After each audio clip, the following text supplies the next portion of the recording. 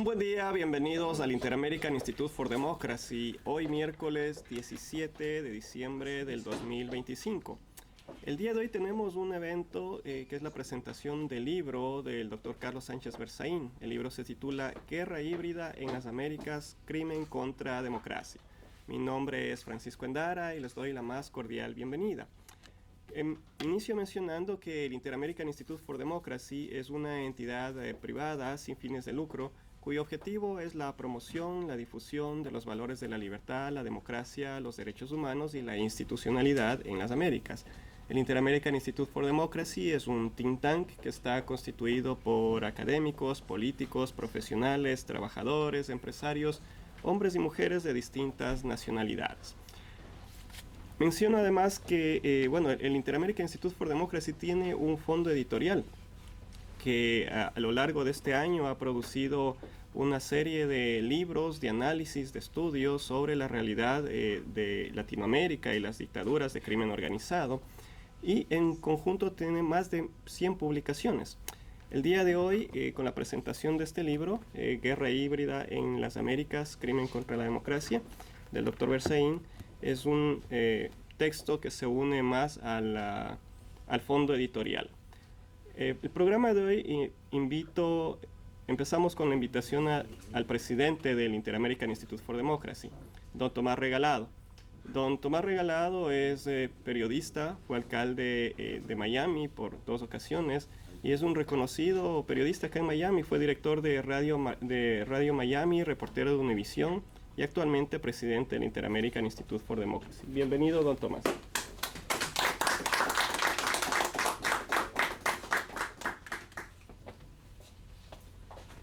Muy buenos días, muchas gracias, Francisco.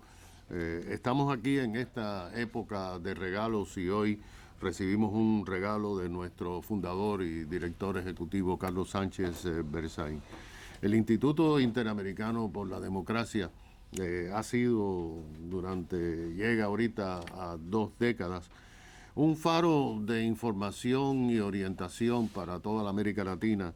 Y para nosotros que como hispanos nos criamos aquí en los Estados Unidos, nos hemos venido enterando de los detalles necesarios para vivir en una comunidad que es un arcoíris de nacionalidades, de lo que pasa en la América Latina. Este instituto no solamente hace estos foros que son tan vistos o tan necesitados por algunos países, sino que también tiene su fondo de publicaciones. Y ese fondo pues ha generado una serie de libros que son sumamente valiosos para nuestra educación. Hoy estamos a punto de escuchar al autor y a los presentadores de lo que es precisamente esta nueva publicación, La Guerra híbrida en las Américas, el crimen contra la democracia. Para los que llevamos mucho tiempo siguiendo las cosas de Cuba aquí en los Estados Unidos, en el exilio, en mi caso en la radio y la televisión, y estoy segura que tenemos también a nuestra colega Ileana Labastida, que es una experta en este tema de Cuba.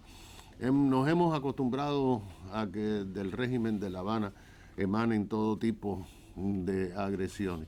Desde el año 1959, en el momento que Fidel Castro usurpó el poder, lo primero que pasó fue una invasión a Venezuela que fue frustrada, otra invasión a la República Dominicana y después en la década de los 60 la ayuda al Frente Polisario y ya por supuesto el tema de Angola. Pero ahora hay una guerra que es híbrida y hoy Carlos Sánchez Berzaín nos va a decir por qué y por qué es tan importante ese crimen contra la democracia. Bienvenidos a este evento tan importante y ansiosos de escuchar más detalles de este nuevo aporte. Muchas gracias.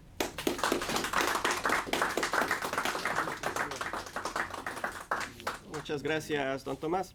A continuación, invito a tomar la palabra a don Diego Arria.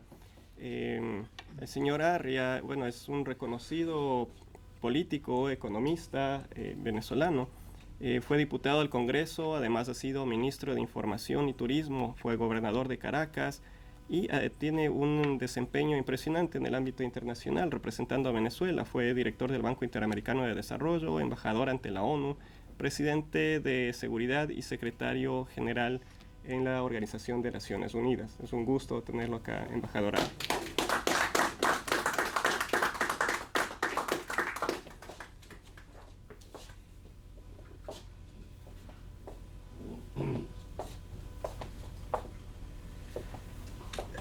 Pido excusa por esa larga presentación que me hicieron. Presidente regalado, Carlos, amigos todos. Yo tenía una palabra que me ocupaba más o menos unas 10 páginas. Afortunadamente se me quedó en un Uber y no tengo que leerla.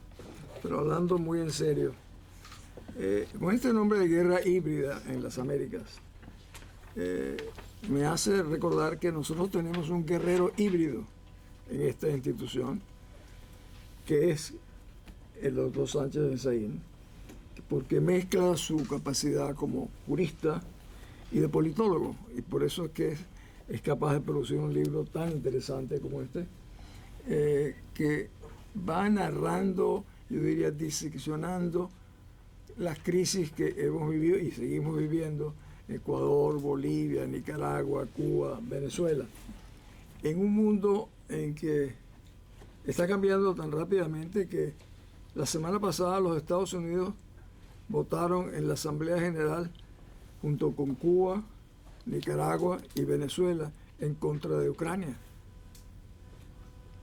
Y hace un par de días los Estados Unidos fue el único país que se opuso a la asistencia humanitaria en las Naciones Unidas. Es un vuelco en el mundo internacional realmente alarmante.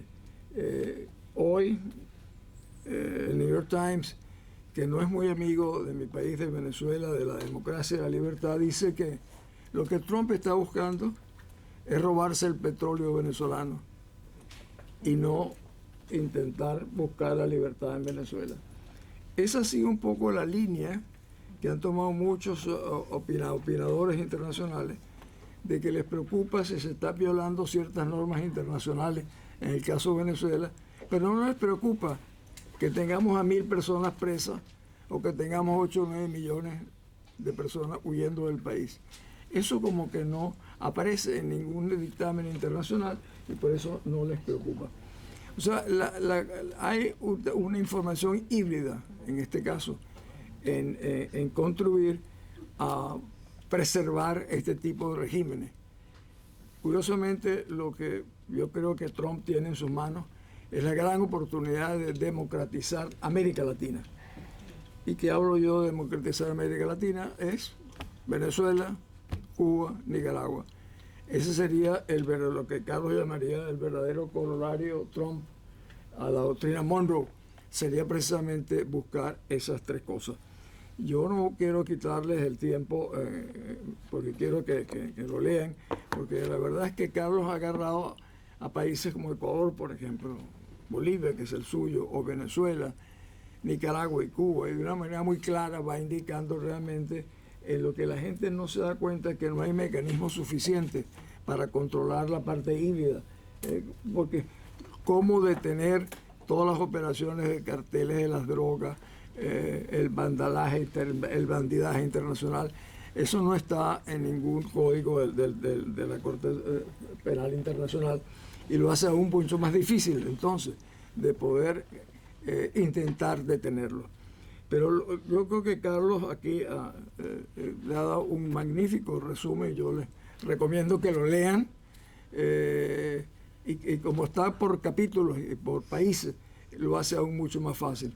Yo le doy las gracias a Carlos, darme la oportunidad simplemente de recomendar la lectura de este texto, que en mi experiencia lo considero muy importante porque la he vivido específicamente en el caso de mi país, Venezuela, que hoy, por cierto, vive unos momentos de expectativa, de esperanza, hasta de optimismo, de que esta es la gran oportunidad que Venezuela ha tenido para el rescate de la libertad, lo tenemos presente hoy. Nunca hemos tenido una oportunidad más importante que la que hoy en día tiene Venezuela. Y cuando digo Venezuela, hablo de las Américas. Por eso que yo hablo de la democratización de América Latina.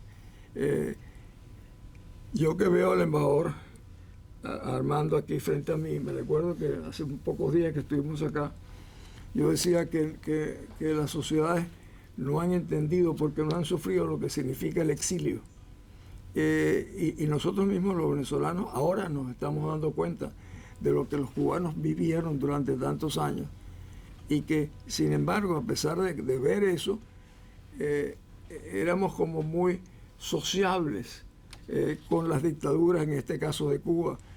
Se manejaba todo muy diplomáticamente, lo que hoy por supuesto ya no haríamos, porque ya ahora sí sabemos lo que significa el exilio, que es la peor pena que se le puede otorgar a un ciudadano. Era la que los romanos le daban a sus peores enemigos. Pues eso se lo dieron a los cubanos y nosotros pensamos, no tratamos a Cuba en esa época con la dureza que merecía Cuba. Y por eso en gran medida se preservó la tiranía en Cuba. Hoy en día los venezolanos sí sabemos el costo y el dolor tan profundo que esto significa y esperamos entonces que no se nos olvide para liberar a otros pueblos. Muchas gracias.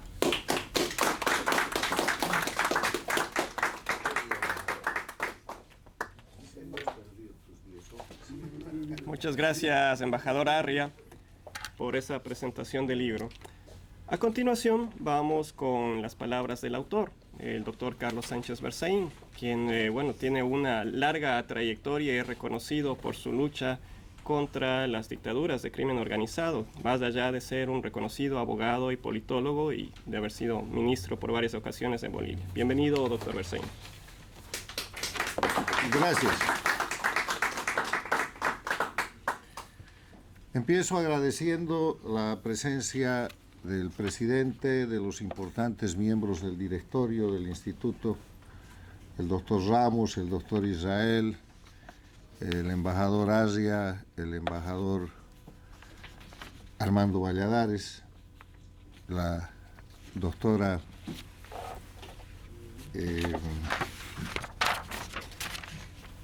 Beatriz Rangel y todos los amigos que están aquí presentes. Quiero agradecer también a los distinguidos amigos que van a comentar el libro y que para eso han tenido la ardua tarea de leerlo, porque lo que un autor más aspira es a que le lean los libros. Les explico que la guerra híbrida en las Américas, sigue el modelo de mis libros de los últimos 8 o 10 años. Son ensayos que están agrupados por temas, son ensayos que analizan la realidad objetiva de las Américas y del mundo, y son ensayos cortos. Son propuestas en unas ocasiones académicas, en otras jurídicas, en otras políticas, en otras simples descripciones de la realidad objetiva, o sea, de lo que está pasando en un determinado momento, y por eso tienen fecha.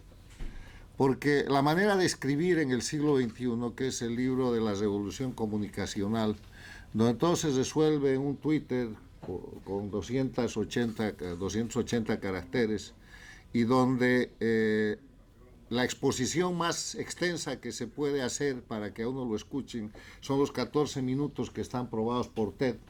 Entonces lo que hay que hacer es escribir corto, y por eso es que yo lo que ofrezco en mis libros son un conjunto de ensayos que están agrupados por temas en base a un concepto original, en base a un tema, que en este caso el libro es La guerra híbrida en las Américas. Explicada la metodología de trabajo que ustedes van a poder encontrar, permítanme decirles por qué la guerra híbrida en las Américas. Vamos a hablar del concepto de guerra, que es un concepto muy antiguo. La guerra quiere decir tradicionalmente la lucha armada entre dos o más naciones, entre dos o más grupos o dentro de una nación, que es lo que se referiría a lo que llamamos guerras civiles.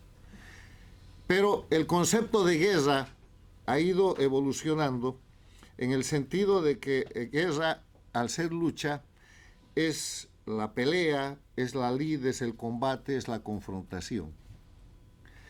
Y el concepto de híbrido quiere decir que es producto de diferentes elementos, que se manejan diferentes elementos de distinta naturaleza. Por eso el concepto de guerra híbrida quiere decir aquel tipo de ataque que se perpetra, la agresión en que se utilizan todo tipo de medios y procedimientos, fuerza convencional, que es la armada, no convencional o medios irregulares con el objeto de debilitar y socavar la resistencia del adversario, erosionar su poder, su potencia y voluntad, y que además tiene la ventaja de que el agresor utiliza la negación plausible. ¿Qué es la negación plausible? Yo no fui. Que no le atribuyan el ataque, porque en general muchos de los elementos de la guerra híbrida tienen que ver con lo que es el ataque indirecto. O sea, la guerra híbrida es el concepto actual del ataque, que además la hemos estado presenciando prácticamente durante todo este siglo, donde en los últimos 25 años por lo menos, sin darnos cuenta de repente de qué se trataba. Algunos de los mecanismos, algunos de los medios de la guerra híbrida son los que voy a pasar a enumerar. La migración forzada, el narcotráfico, el narcoterrorismo, la trata de personas, el crimen común, que además se introduce utilizando la migración forzada, el uso de pandillas, la agitación política interna, el calentamiento de la calle. Hay un problema que no parece muy grande, pero de pronto hay una manifestación, hay un bloqueo, y ¿quién financia eso? ¿Por qué se produce eso? El financiamiento de candidatos, la tecnología comunicacional, el asesinato de reputaciones, el asesinato físico. Hay cantidad de esos asesinatos. El que me viene más cerca a la memoria es el del candidato presidencial y amigo del Instituto, Fernando Villavicencio, pero también está el teniente Ojeda, refugiado venezolano, asesinado en Chile, y el asesinato del candidato o precandidato a la presidencia en Colombia, Uribe, y podemos seguir con una larga lista. La difusión de noticias falsas, la creación de narrativas. Ahora están tratando de crear la narrativa de que Estados Unidos lo que quiere es el petróleo venezolano, no liberar a Venezuela del narcoterrorismo que detenta la soberanía y el poder. Los ataques armados, el terrorismo de Estado, que es el acto institucionalizado que las dictaduras del socialismo del siglo XXI perpetran, empezando a hacer terrorismo por sus propios ciudadanos, a los que someten a través del miedo. Porque terrorismo viene de terror, que quiere decir la exacerbación del miedo. Y terrorismo de Estado es la utilización del poder político, del gobierno, para crear miedo en la población, de manera que con ese miedo la gente asuma conductas que de otra forma no serían posibles. Además de eso, el terrorismo internacional, la creación y sostenimiento de guerrillas, en suma, y podemos seguir con la lista, la guerra híbrida tiene métodos y tiene mecanismos que pueden ser prácticamente cualquier mecanismo, inclusive presentado como lícito, en ejercicio de la libertad de defensa, del derecho político de participar en elecciones, o de la defensa de grupos minoritarios, como el famoso indigenismo con el que han penetrado durante todo este siglo, para debilitar, para socavar la resistencia del adversario, para erosionar su poder, su potencia y su voluntad, y para destruirlo y ocuparlo.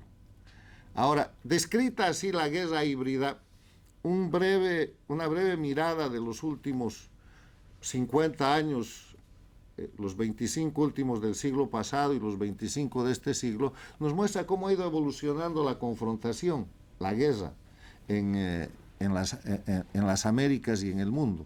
No se olviden ustedes de la gran definición de Clausewitz. La guerra es la continuación de la política por otros medios. O sea, la guerra es política, porque la política es la disputa del poder. Y en la disputa del poder hay un espacio de disputa que es el espacio democrático que nosotros promovemos, defendemos y por el que reclamamos y trabajamos desde este instituto, pero hay un espacio en el que viene la violencia y sobrevive la confrontación y la guerra. Entonces, la guerra en los últimos 50 años ha evolucionado de la guerra total en la Segunda Guerra Mundial, más de 50 años, a la Guerra Fría, que fue la que vivimos entre el comunismo y el capitalismo, ganada por el capitalismo en 1991, y en medio de eso hemos conocido la guerra subversiva, la creación de guerrillas incentivadas por la dictadura cubana, que ha creado prácticamente todas las guerrillas urbanas y rurales que se han hecho en las Américas, la guerra asimétrica y ahora la guerra híbrida. Con esas descripciones quiero yo simplemente comentar algunos aspectos del libro. ¿Por qué hablo de la guerra híbrida en las Américas? ¿En qué consiste la guerra híbrida en las Américas? Consiste en la utilización de todos estos elementos conceptuales e históricos que les he dado en contra de la democracia. De pronto, los países de las Américas, todos, Estados Unidos, la Argentina, Colombia, el Ecuador, Perú, Chile, han encontrado sus poblaciones acosadas por una migración producida por 8 millones de venezolanos que han salido de Venezuela, o más. Y más de 2 millones de cubanos, porque esos salen permanentemente. Y unos cuantos cientos de miles de haitianos. Y esto se ha producido con naturalidad. La narrativa ha querido señalar que la gente migra por la pobreza. Mentira. En América Latina la gente no migra por la pobreza. En América Latina la pobreza siempre ha sido tolerable. La gente migra por miedo. La gente migra cuando el hijo puede ser reclutado por un grupo criminal y volverlo parte de una banda como las Maras o como el Tren de Aragua o guerrillero. O cuando la hija puede ser sometida y ser convertida en trata de personas, a prostituta o una cosa peor. La gente migra por miedo. Y además de eso, las reglas de las dictaduras narcoterroristas promueven la migración porque es el negocio más redondo que pueden tener. Crean miedo con terrorismo de Estado, la gente migra, eso es un negocio. Hay países de tránsito como la dictadura de Nicaragua y otras que trafican con eso.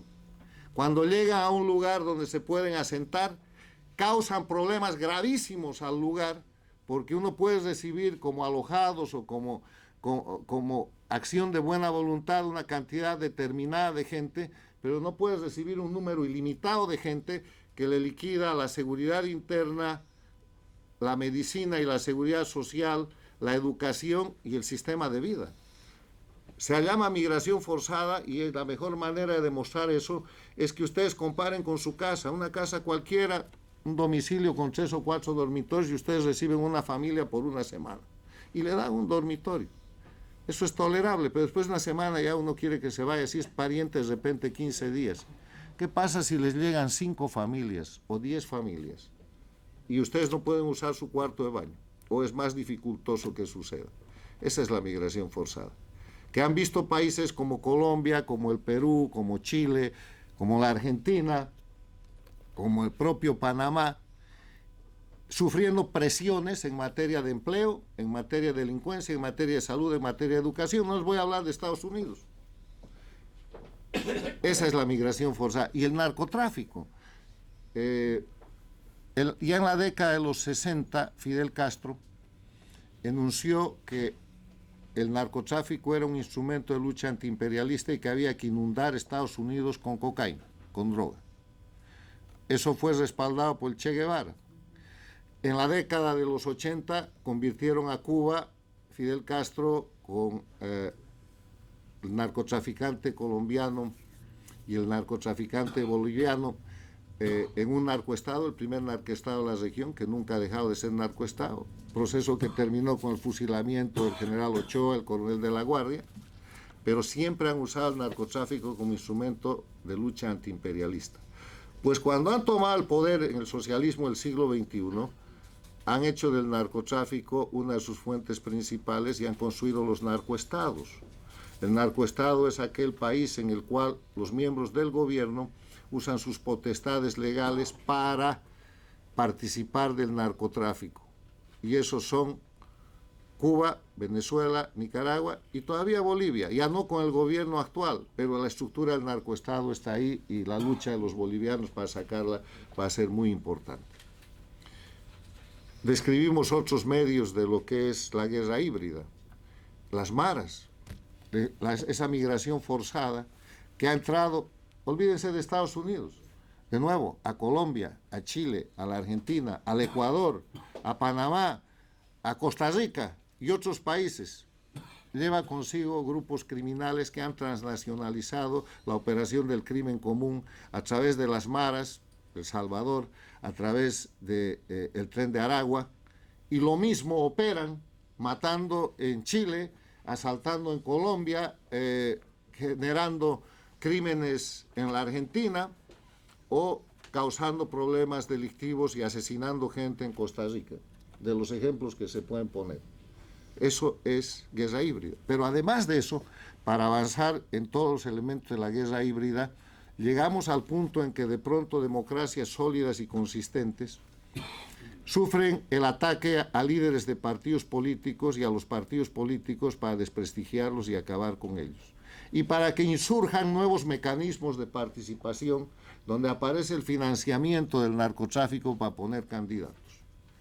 La mayoría, si no la totalidad, de los gobiernos en países democráticos que yo llamo gobiernos paradictatoriales, que son los gobiernos que le deben al castrochavismo, al socialismo del siglo XXI, el financiamiento, el impulso y las campañas para haber tomado el poder, siguen ese mecanismo.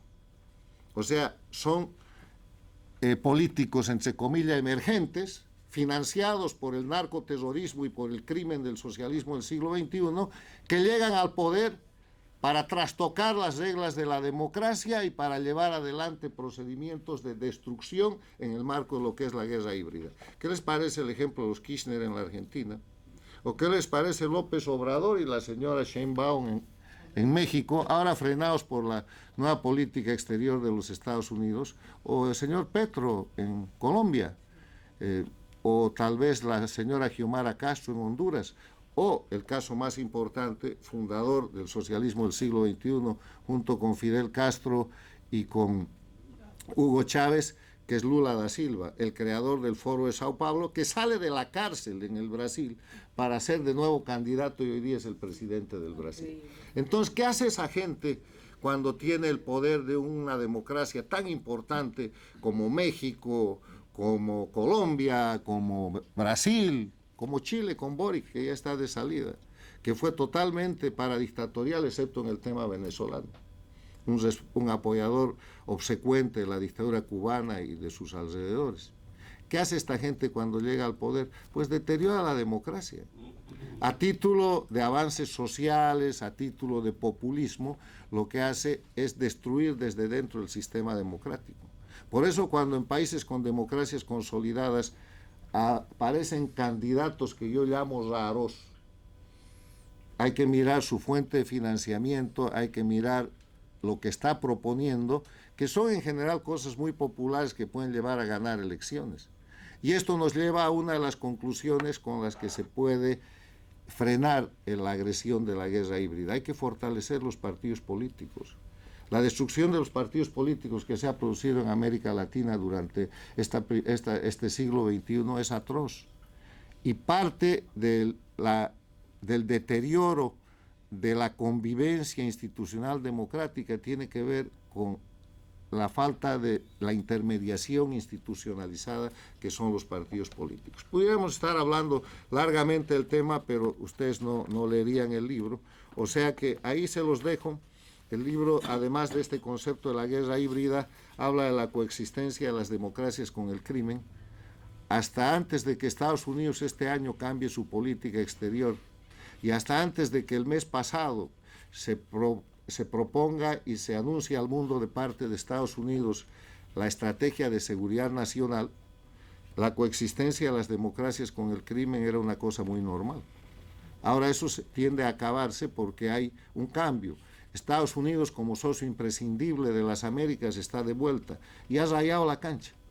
Y eso es lo que estamos viendo con la operación Lanza del Sur, que puede gustarle a la gente o no le puede gustar, que señala a Venezuela, al cartel de los soles en Venezuela, no a Venezuela, porque no es un conflicto entre países, como el primer objetivo, pero que tiene otros, donde se mira a México, donde se mira a Colombia y donde se mira todo el narcoterrorismo de la región. ¿Por qué? Porque los americanos de pronto han cambiado y han ajustado su estrategia de seguridad nacional y ponen en marcha toda su flota del Comando Sur para operar su operativo Lanza del Sur.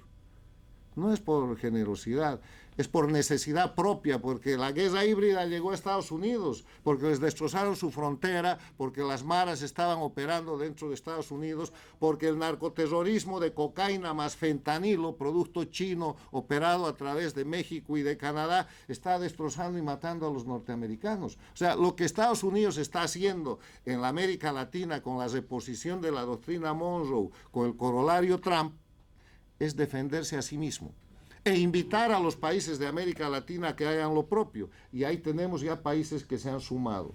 Argentina, ahora Chile, el Perú está ahí, Bolivia se ha sumado con el nuevo presidente Paz, el Ecuador luchando desde hace rato, está Panamá, está Costa Rica, está República Dominicana, está El Salvador, está el Paraguay, también el Uruguay, aunque tiene un gobierno progre. O sea, estamos viendo un cambio que ustedes pueden verlo en los periódicos. De pronto hay operativos antinarcóticos en todos los países, en el Paraguay, en Chile, en México. De pronto México ha entregado 58 narcotraficantes que tenían en sus cárceles que nunca querían entregar a Estados Unidos. Pues les digo, es el cambio de la política exterior de Estados Unidos, fundado en su seguridad nacional, que fue tocada por la guerra híbrida y que sigue siendo tocada, que genera un cambio no solo de política exterior, sino de geopolítica en la región. Este es el fondo del libro, que los invita a ustedes a mirar la realidad objetiva, además desde el lente de la prensa y desde el lente normal del comentario y de la opinión pública, a través del lente jurídico, político, geopolítico y de política internacional. Ese es nuestro aporte.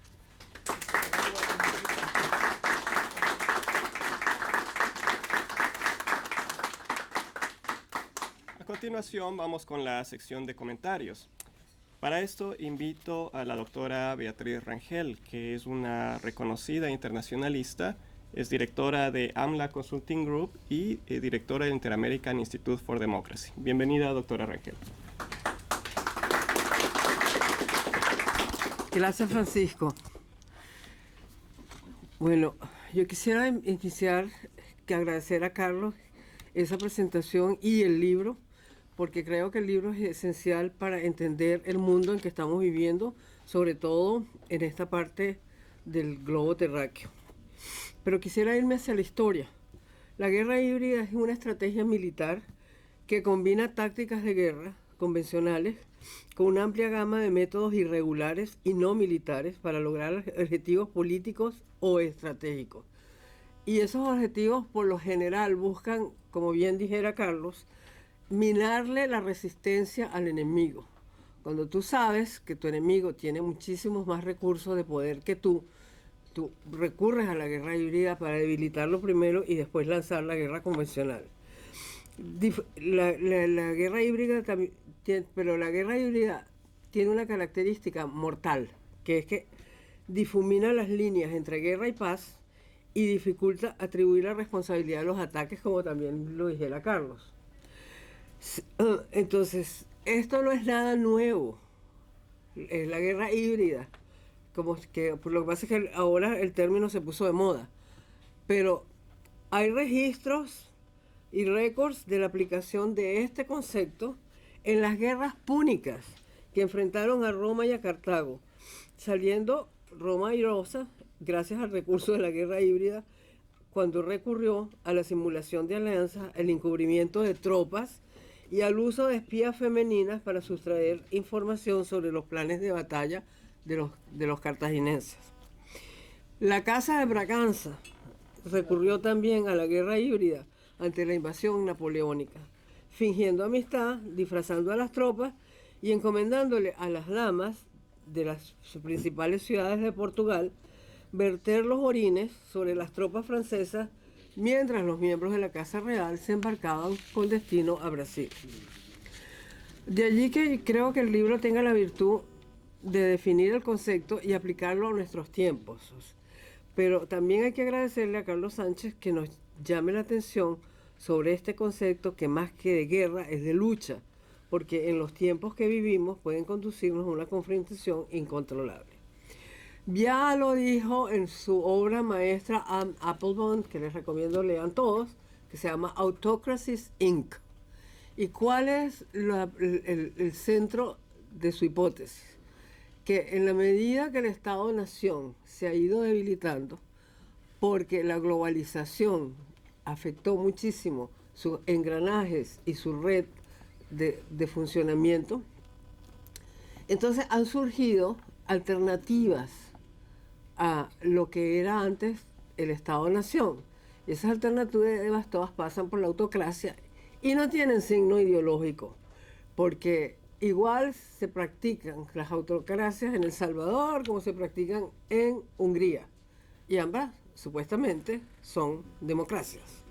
Entonces, y ambas han recurrido a la guerra híbrida, como han recurrido los señores de Cuba, de Nicaragua y de Venezuela. Entonces, en los tiempos en que estamos, en la medida que más se debilite el Estado-Nación, más guerras híbridas vamos a tener, menos seguridad y muchísimo más confrontaciones no bélicas, pero confrontaciones mortales. Ok, entonces, porque lo que pasa con esto es que los tiempos modernos, en estos tiempos modernos, la guerra híbrida tiene como escenario la vida cotidiana de los hombres, su acceso a los víveres, medicinas y combustibles, la manipulación del Estado de Derecho y la clausura del debate político ante el uso de tecnologías que penetran y recogen hasta las más íntimas conversaciones. Se inicia entonces así un proceso de deterioro de la confianza del individuo en las instituciones. Se instaura el temor a expresar lo que se piensa y se captura la soberanía mediante el terror.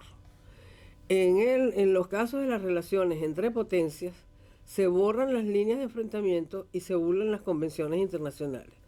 Poco a poco, el mundo regresa a su estado de barbarie que precedió a la paz de Westfalia y al orden de Bretton Woods. Y ahí para allá es para donde vamos.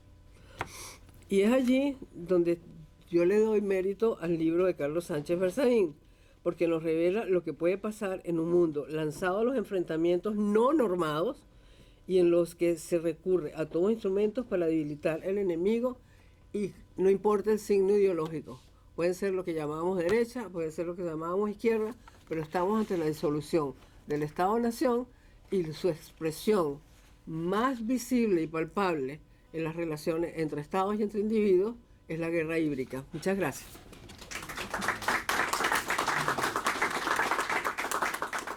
Muchas gracias, doctora Rangel. A continuación tenemos el comentario del doctor Ricardo Israel. El doctor Israel nos traerá su visión sobre el libro. Es reconocido doctor en ciencias políticas. Fue candidato presidencial en las elecciones de Chile en el año 2013 y actualmente es director del Inter-American Institute for Democracy. Bienvenido, doctor Israel.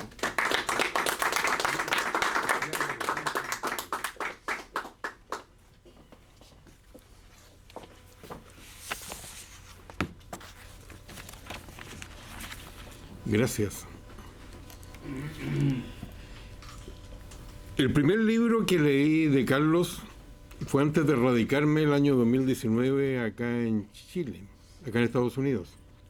En ese entonces me había tocado hablar de él, no de sus libros, sino del rol político que desarrollaba en Bolivia, país vecino de Chile. En ese tiempo hacía comentarios tanto política nacional como internacional, y por cierto todo lo que tenía que ver con un país vecino, y recuerdo que me tocó comentar de él cuando en más de una ocasión, tanto cuando fue ministro de la Presidencia como ministro de Defensa. De hecho, una vez me tocó entrevistar a su presidente, a Sánchez de Lozada, y mencionó a Carlos en esa oportunidad en un programa de televisión. Y leí el primer libro que lo tocaba ver y lo relaciono con lo que hoy día me toca presentar porque hay una admirable consistencia en los temas que ha tratado una persona que publica mucho y hay que agradecérselo. De hecho, casi todos los años tiene la muy buena idea, tal como él lo dijo, de coleccionar los artículos periodísticos que escribe para Infobae y lo que escribe para la página web del Inter-American Institute for Democracy, y uno ve que los temas que lo llevaron a la vida pública tienen un sustrato muy sólido, tanto de ciencia política, de politología, como de derecho. Y tienen que ver con los temas de ambas disciplinas, la regulación del poder y también el poder. En ambos está relacionado. Recuerdo que en esa oportunidad me llamó la atención el análisis que hacía, porque era todavía un concepto novedoso de castrochavismo. Si uno ve hoy día en la política pública, sobre todo en Estados Unidos, incluso lo que llevó el instituto a la ciudad de Washington, están temas que hoy día son de debate público porque los ha puesto este cambio político de Estados Unidos, pero hay una consistencia en lo que el instituto ha tratado por tantos años y también en la producción personal de Carlos. Por ejemplo, a mí me llamó la atención el castrochavismo, no sé si fue el primero que rotuló ese proceso, que estábamos hablando de un animal distinto, pero fue en todo caso uno de los primeros. Recuerdo también, porque una virtud que tiene esta producción, al igual que su consistencia en temas como el castrochavismo, es que él es un muy buen rotulador para describir un fenómeno y para darle un nombre que a veces pega y a veces no pega, como pegó el castrochavismo, o algo que sí estoy consciente que seguro que fue el primero en utilizarlo, hablar de estas dictaduras que se toman el poder desde adentro, que han sido tan frecuentes en América Latina en los últimos años, como dictaduras electoralistas, en el sentido que se vota, pero no se elige, tal como lo demuestra la experiencia de Venezuela. También hay una enorme consistencia en predecir este cambio que ha sufrido América Latina hacia la derecha, y la pregunta que siempre nos hacemos los internacionalistas: ¿aprovechará la oportunidad de América Latina, que en general es una región que no pierde la oportunidad para desaprovechar las oportunidades que se le ofrecen? Y el último ejemplo fue la década del 90. Acá en la ciudad de Miami, Estados Unidos hizo una oferta, un mercado común. Y América Latina, con Lula, con la alianza de Lula y el dinero venezolano, que permitió la supervivencia de lo que Carlos llama la dictadura madre, o sea, Cuba. Ese elemento se le dijo que no. Lo aprovechó Chile. Hasta un mal gobierno como Boric sobrevivió gracias a una red de tratados internacionales, de los cuales marca el que tiene con Estados Unidos. Yo recuerdo, estando en Chile, al embajador americano en la primera reunión de especialistas que hay, de pedirle al negociador chileno que encabezara las reuniones, porque Estados Unidos tenía solo una experiencia en aquel entonces, creo que además del NAFTA, que era Singapur. Y Chile tenía una red que abarca buena parte del mundo conocido. Hay aciertos, y es un gran acierto reponer el tema de la guerra híbrida, como también la consistencia que ha tenido en describir la política latinoamericana de estos últimos años, que creo que ha recibido una confirmación cuando Estados Unidos publica en solo 33 páginas, y a todos les recomiendo su lectura, la Estrategia de Seguridad Nacional 2025, que tiene una virtud, más allá de un contenido que puede ser, y de hecho es muy criticable. ¿Cuál es su virtud? Que por primera vez Estados Unidos hace público qué es lo que pretende Trump, al que ha sido un muy mal publicista de sí mismo, más bien por la polémica que en describir exactamente por qué está haciendo lo que se está haciendo, porque se está acabando con la creación de Estados Unidos, que es la red de acuerdos políticos y económicos posteriores a la Segunda Guerra Mundial, y por qué lo que ha descrito Carlos en su presentación, lo que ha dicho Diego Arría, lo que ha dicho Beatriz, por qué se ha repuesto la doctrina Monroe con el corolario Trump. Y si uno ve la importancia de la guerra híbrida, es fundamental por un tema que también explica por qué se ha corrido hacia la derecha América Latina: el uso del crimen contra la democracia. Así como con el castrochavismo apareció un animal distinto, no era la tradicional dictadura militar o la toma del gobierno. Había algo que tomaba a los países desde adentro con la asesoría cubana.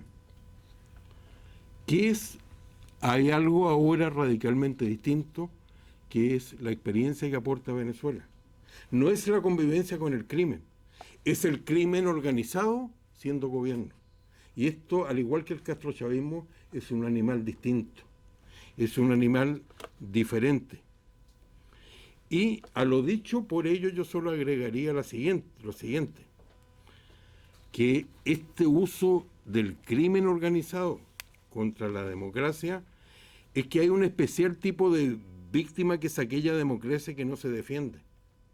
Y es lo que está ocurriendo con el crimen organizado, como también se ha explicado que lo de Estados Unidos no se entiende sin el copamiento que hubo de las fronteras norteamericanas. En la frontera norte de Chile apareció lo mismo que apareció en la frontera sur, y con una serie de elementos y consecuencias que no se han discutido en la profundidad de lo que significa la frontera de un país, incluyendo Estados Unidos, tomado por el crimen organizado. ¿Qué pasó con la cadena de violaciones cuando los carteles tomaron las fronteras? ¿Qué pasó con los centenares de niños que no se sabe dónde quedaron? Hay masivas violaciones y abusos de los cuales todavía ni siquiera en Estados Unidos se ha hecho la contabilidad. Preferentemente los usos del narcotráfico para debilitar la democracia. Se habla de algo que afecta a los fundamentos mismos de la sociedad democrática. Tiene que ver con la vida cotidiana, que deja de ser previsible y segura. El fenómeno que ocurrió en Chile con la masificación de delitos que eran escasos en el país, como los secuestros o el asesinato que aquí se ha dicho del teniente Ojeda. La corrupción de instituciones, no solo la política, tribunales, la policía, otros. Los gobiernos controlados, los inmensos recursos del narcotráfico. Y la democracia es especial víctima de esta guerra híbrida. Se extiende a otros ámbitos, es una bomba de racimo, y en eso influye el carácter ambiguo que aquí ha sido descrito.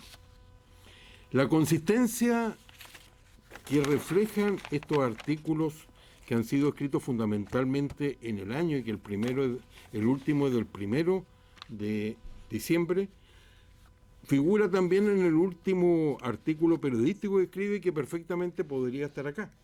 El título es: Estados Unidos, el socio imprescindible de Latinoamérica, está de vuelta y raya la cancha.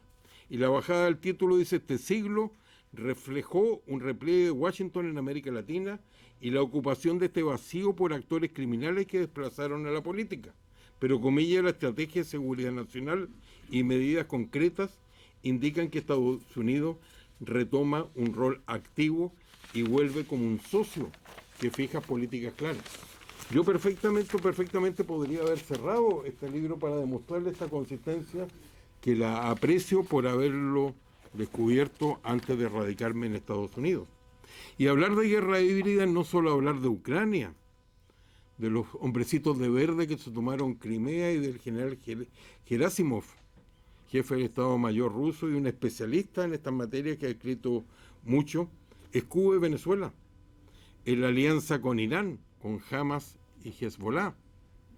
Es en definitiva la guerra contra la democracia en Iberoamérica. Es lo que cubre el primer capítulo del libro, continuado por otro hecho determinante, que está en una buena ordenación, que no sé si la hizo él o la inteligencia artificial, en el capítulo 2, la coexistencia de las democracias con el crimen organizados. Y así va cubriendo uno detrás de otro.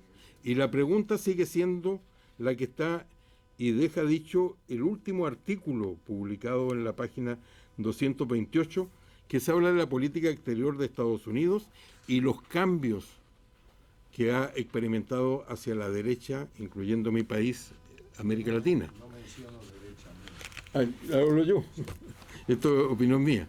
Y la pregunta, y por eso insisto en lo de la derecha, por toda esta inconsistencia que hay, si la América Latina aprovechará esta oportunidad.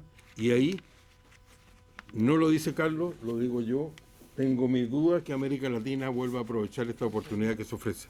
Y muchas gracias.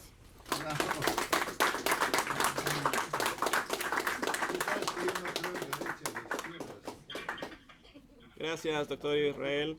A continuación tenemos el comentario de un muy reconocido abogado boliviano. Estoy hablando del doctor Guido Añez, quien tiene una amplia experiencia como ministro de Estado de lo que fue la República de Bolivia, además de haber sido presidente de la Cámara de Diputados. Bienvenido, doctor Añez.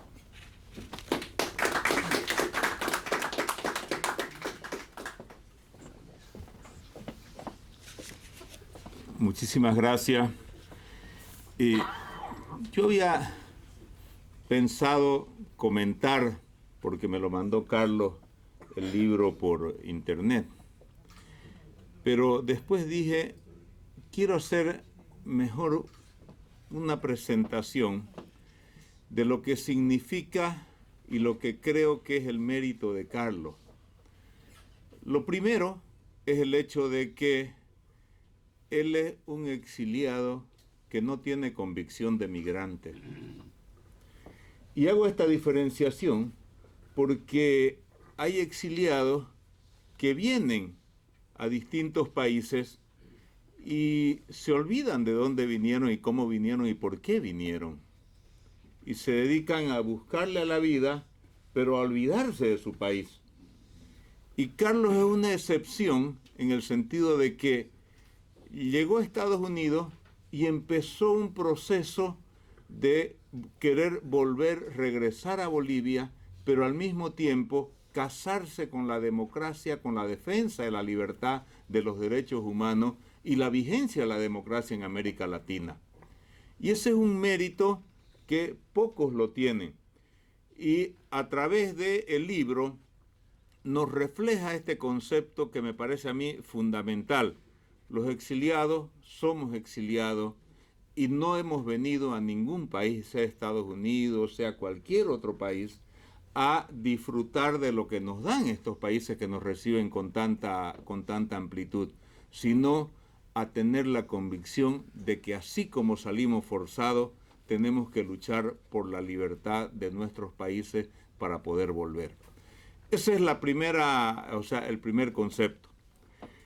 El otro elemento que reflexionaba mientras leía el libro es el hecho de que hoy día en la política que es tan superficial, tan de TikTok, tan de Instagram, ¿no? Tan que la gente vota porque siempre me recuerdo de un candidato español que salió electo diputado, decía ¿y por qué votaste por él? Porque lo vi en TikTok. Esa fue la respuesta del votante. Es decir, rescato de Carlos que piense la política. Es decir, son raros los políticos que piensan la política, que profundizan en las teorías políticas y que hacen de la política un elemento para pensar y para proyectar el futuro de un país. Hay cosas en las cuales creo que es importante reconocerlo y los líderes que están en nuestros países deben reconocer el aporte fundamental del exilio a lo que es la recuperación democrática de nuestros países. No es el hecho de creer que el exilio no es un factor fundamental de recuperación democrática. El exilio es un factor determinante en la recuperación democrática de nuestros países, porque desde el exilio, desde lejos, a veces se ve con mucho mejor objetividad y mayor claridad lo que está pasando en nuestros países, porque indudablemente las dictaduras atormentan, las dictaduras atosigan, las dictaduras cometen una serie de delitos para generar miedo en los actores políticos internos. Y otra cosa que rescato de este libro es la coherencia que siempre ha mantenido Carlos con relación a conceptos que él ha ido generando. Conceptos, por ejemplo, como el de oposición funcional, que abundan en nuestros países y que demuestran esta oposición funcional, de que son fundamentales para sostener las dictaduras, porque ellos mismos se encargan de hacer creer al mundo que hay democracia en nuestros países. Eso lo hemos vivido nosotros en Bolivia. Los mismos candidatos durante 20 años que se presentan una vez, recaudan dinero, es un modelo de negocio, hacen una candidatura, viven durante esos 5 años de lo que les sobra de su candidatura y se vuelven a presentar en la próxima elección. Eso es un modelo de negocio que muchos líderes en los países del socialismo del siglo XXI han implementado.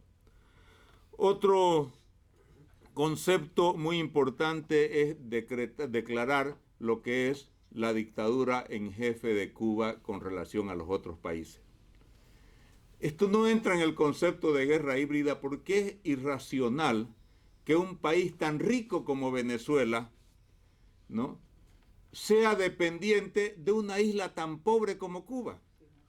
¿Cómo explica la racionalidad política que este tipo de situaciones se esté dando si no es a través del sometimiento político que tiene Cuba con lo que significa el G2, con lo que significa la KGB y la tropicalización que hicieron a través del G2? Esas formas de dominación política indudablemente son las cosas que llaman la atención en alguien que puede pensar y sentir la política. Otro concepto importante es el crimen organizado transnacional. El crimen transnacional, organizado transnacional ya se dio en la década del 80 cuando fusilaron al general Ochoa o cuando fusilaron a Tony Laguardia. Pero, y ahí se ve claramente cómo los sandinistas, cómo Colombia, a través de sus mafias y de Pablo Escobar, llegaba a los sandinistas llegaban a Cuba y Cuba metía droga a Estados Unidos. Pero nunca había sido conceptualizado políticamente ese tipo de crímenes. La organización de los narcoestados hizo de que no sea suficiente a las mafias organizadas de narcotráfico tener algunos cómplices en el Estado, sino que hizo de que tengan que tomar el Estado a través de actores políticos falsos. Y cuando hablo de actores políticos falsos es porque creo que, por ejemplo, en mi país, Evo Morales era un actor que provenía del narcotráfico, que jefe de los sindicatos de productores de coca, que las propias Naciones Unidas definió como que el 95% de la coca producida por el Chapare va al narcotráfico. Ayer han presentado otro informe donde se muestra toda la falsedad de los datos que tenía el gobierno del MAS en Bolivia. Es el primer informe que sale en el gobierno democrático de Rodrigo Paz.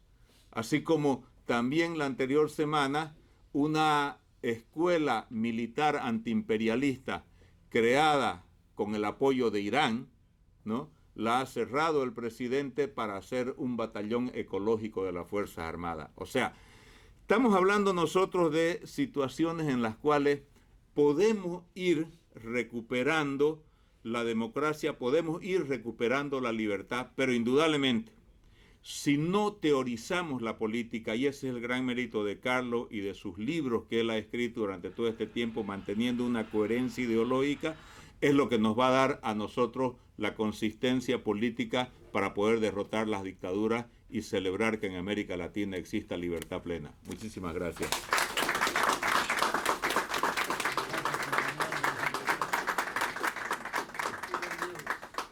Muchas gracias, doctor Añez. A continuación, doy la bienvenida y el derecho de palabra para realizar su comentario a una reconocida periodista acá en Miami. Estoy hablando de la señora Iliana Labastida, directora de Diario Las Américas. Bienvenida, señora Labastida.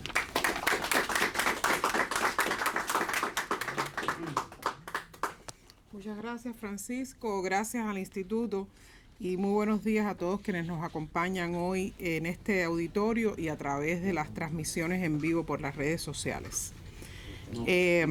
Yo voy a hacer una acotación al comentario que traigo escrito para dar mis impresiones acerca del libro de Carlos Sánchez Berzaín que presentamos hoy, y es que este libro, además de que sus ensayos, los ensayos que contiene, están escritos con una base conceptual a partir de las especializaciones que porta y que dota el autor del libro, también tiene alcance periodístico, y lo digo con conocimiento de causa porque todos estos ensayos, como se ha dicho aquí ya, son publicados en medios de comunicación, entre ellos Diario Las Américas, y entonces a partir de los niveles de audiencia que alcanzan podemos decir que tienen la capacidad de que, además de que están escritos por un experto, alcanzan una connotación periodística, es decir, pueden llegar a todos los públicos que lee cualquier medio de comunicación. Guerra híbrida en las Américas, crimen contra la democracia, es el título del volumen que presentamos hoy, de la autoría del doctor Carlos Sánchez Berzaín, director del Instituto Interamericano para la Democracia. Precisamente convocados por este instituto, en varios foros hemos evaluado y analizado el concepto de guerra híbrida y su materialización práctica no solo contra la democracia en Latinoamérica, también como instrumento y metodología trazada para socavar y desestabilizar la democracia estadounidense, y sobre estas realidades hemos enumerado ejemplos tangibles que ilustran esta realidad. Basta con repasar el contenido de este libro para observar cómo, en una buena parte de los países del hemisferio, el impacto de las manifestaciones de la guerra híbrida ha hecho estragos. La expansión del sistema dictatorial implantado en La Habana y su penetración en países de Latinoamérica es una de las manifestaciones más evidentes de cuán eficaces han sido las prácticas de la guerra híbrida con las que se invaden las sociedades, se agreden y penetran sin necesidad de que se efectúen intervenciones armadas. No obstante, en el caso de la expansión del sistema cubano, aunque no pueda hablarse de una invasión militar convencional contra otras naciones, sí se puede corroborar que han ejecutado prácticas subversivas como el entrenamiento de grupos armados que alimentaron guerrillas y movimientos insurgentes, así como la colocación de sus agentes de influencia en diferentes esferas de la política y la economía en países como Perú, Salvador, Chile, Nicaragua, Colombia, Bolivia y más recientemente Venezuela.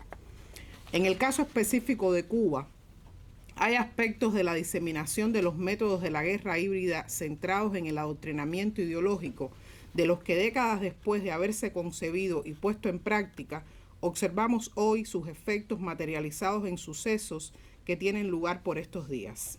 En fechas recientes, durante un encuentro en el que estábamos presentes, algunos de los que coincidimos hoy aquí esta mañana, un encuentro convocado por Diego Suárez que nos acompaña hoy, estábamos analizando cómo bajo la exhortación y amparo de Fidel Castro en La Habana, durante años tenía sede permanente la Organización para la Liberación de Palestina, llamada OLP, lo cual sentó las bases para mucho de la propaganda antisemita que luego se expandió por el continente en las voces de jóvenes de diferentes naciones a los que Cuba les ofrecía estudios universitarios gratuitos y acudían a la isla para ser objeto de aquel laboratorio donde se instruían prácticas que alimentaran todo lo que redundara en sentimiento antidemocrático y antiderechos en general.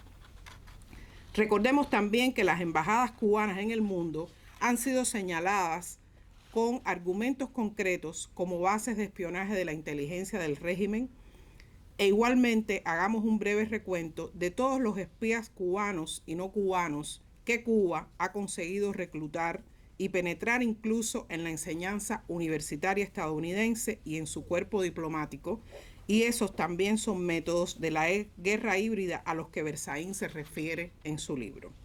Por eso, cuando en este volumen se describen procesos como la expansión y efectos del llamado socialismo del siglo XXI, que como el propio autor ha descrito no es otra cosa que una transnacional del crimen organizado con alcance para contaminar e invadir países, podemos definir que esta corriente es uno de los mecanismos más eficaces de los métodos de la guerra híbrida contra la democracia, que en este caso, décadas después de haberse instaurado, aún no conseguimos extirpar. Y esto, como Berzaín igualmente lo ha definido y explica en su libro, se debe en parte, además de la inoperancia en la aplicación de convenios del derecho internacional, también a la existencia de gobiernos paradictatoriales que, aunque resultan elegidos por métodos democráticos, les ofrecen respaldo moral y material a las dictaduras y las legitiman buscando pretextos para justificar su existencia y permanencia. Y para dar punto final a mis comentarios sobre la importancia del contenido de este libro, retomo una idea expresada en la dedicatoria del compendio que defino como un llamado. La dedicatoria dice textualmente: a los jóvenes de las Américas que se vuelven a interesar y participar en la política para separarla del crimen organizado que la ha suplantado. Aquí se han puesto varios ejemplos de cómo el crimen organizado ha podido suplantar la política en nuestros países. Me detengo en estas palabras que realmente considero un llamado, porque para mantener la voluntad de que dé lugar a las acciones concretas para contrarrestar los efectos de la guerra híbrida contra la democracia, hay que tener claro que una de sus principales armas es la ideología, sobre todo enfocada en los jóvenes, porque el componente ideológico de esta confrontación está planteado contra un sistema de valores que a su vez es la base de la democracia. Entonces, este llamado que hace Berzaín, o por lo menos así yo lo interpreto, en la dedicatoria de su libro, es a los jóvenes y también a quienes tienen o tenemos la responsabilidad de ayudarlos a entrenarse con un pensamiento lo suficientemente crítico y sólido. Sin embargo, considero, no lograremos ayudarlos a blindarse para contrarrestar ese andamiaje que es la guerra híbrida contra la democracia si la democracia no la ejecutamos de pensamiento y acción. Así es que exhorto a leer y consultar el contenido de este compendio y además poner en práctica sus enseñanzas. Muchas gracias.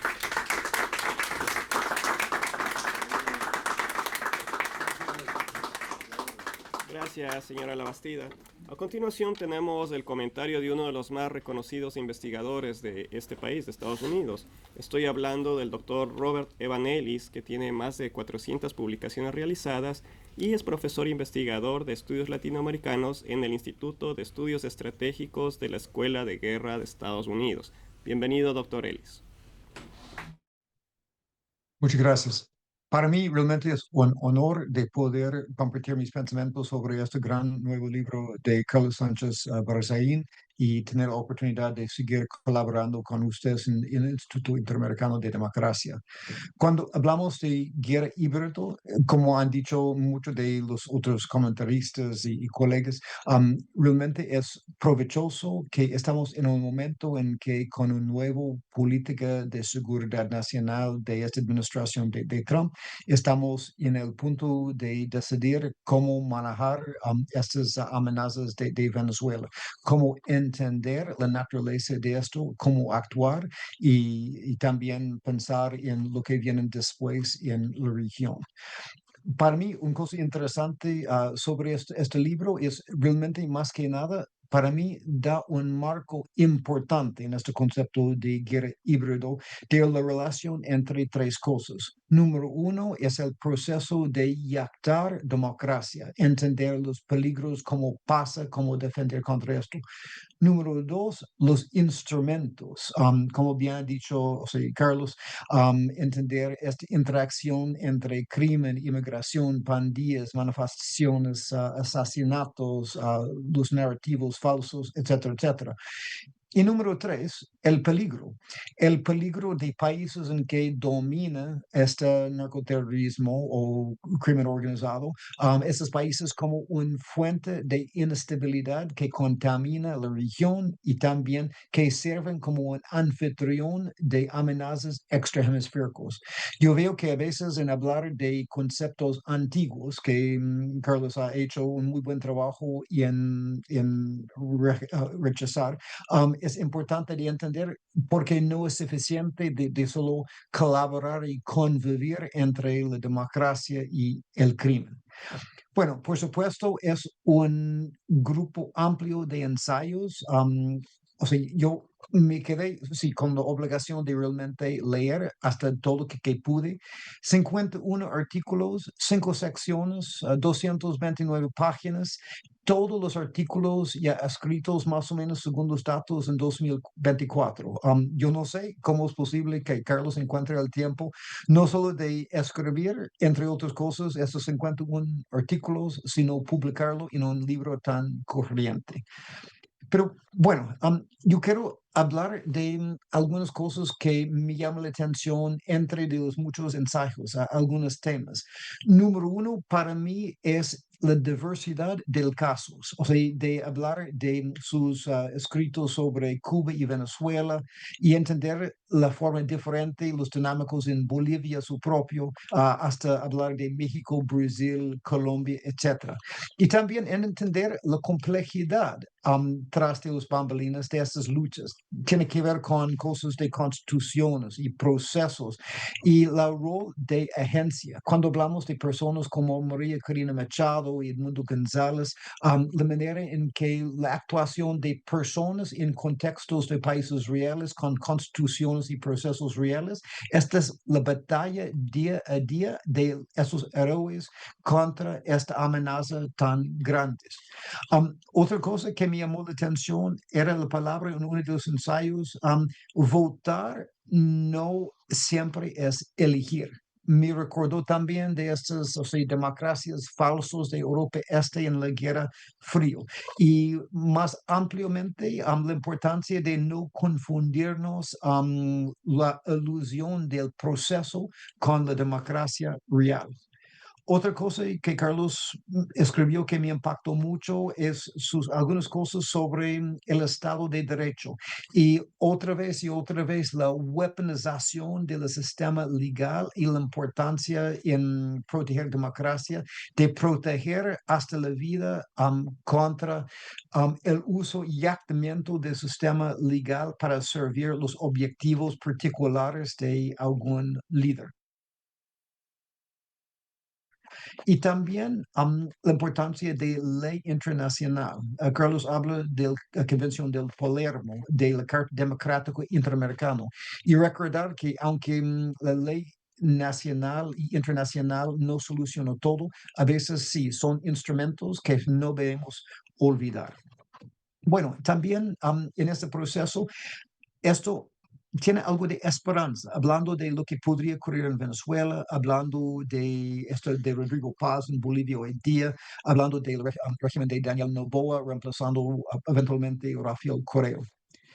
Pensando en temas del futuro, por supuesto, yo veo que Carlos mencionó esto hoy día, pero la importancia de la weaponización de medios sociales y inteligencia artificial para fomentar la polarización y manipulación de poblaciones como un instrumento nuevo en esta guerra híbrido que solo estamos empezando de entender y resistir. También la importancia de ayudar a nuestros amigos. Carlos hace un buen punto, lo que es para mí una esperanza. La manera en que toda la región, y ha mencionado varios países, realmente tenemos una oportunidad de tantos países ahora dispuestos a colaborar con nosotros. O sea, de ese nuevo gobierno en Bolivia, ese nuevo gobierno de José Antonio Caz en Chile, el gobierno de Argentina, el gobierno de Ecuador, lo que probablemente el nuevo gobierno de Nasri Asfura en en Honduras, etcétera, etcétera, etcétera. O sea, República Dominicana con este régimen de Abinader ya colaborando ya estrechamente con la seguridad de los Estados Unidos contra esta dictadura de Venezuela. El gobierno en Trinidad y Tobago de Kamala, o sea, Persad Becesiar, también su rol importante en todo esto. Y la importancia en esto de asegurar que ayudamos con los Estados Unidos y como región, ayudamos que nuestros amigos por apostar en nosotros y colaborar con nosotros encuentren realmente la prosperidad y seguridad para mostrar que esta atención al proceso ya realmente ya es el camino correcto. Y también, porque me inspira que tanto, Carlos, es para mí algo que en toda la carrera que yo he conocido aboga para la democracia y para los valores, recordándonos que en el fin los valores son en el centro de todo y no solo cosas particulares.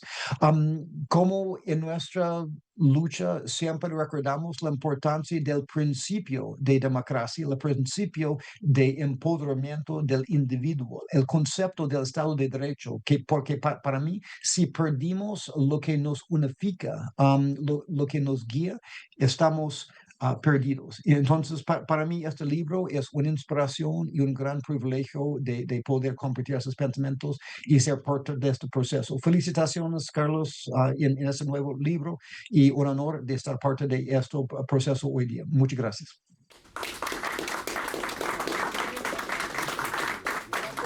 Muchas gracias, doctor Ellis.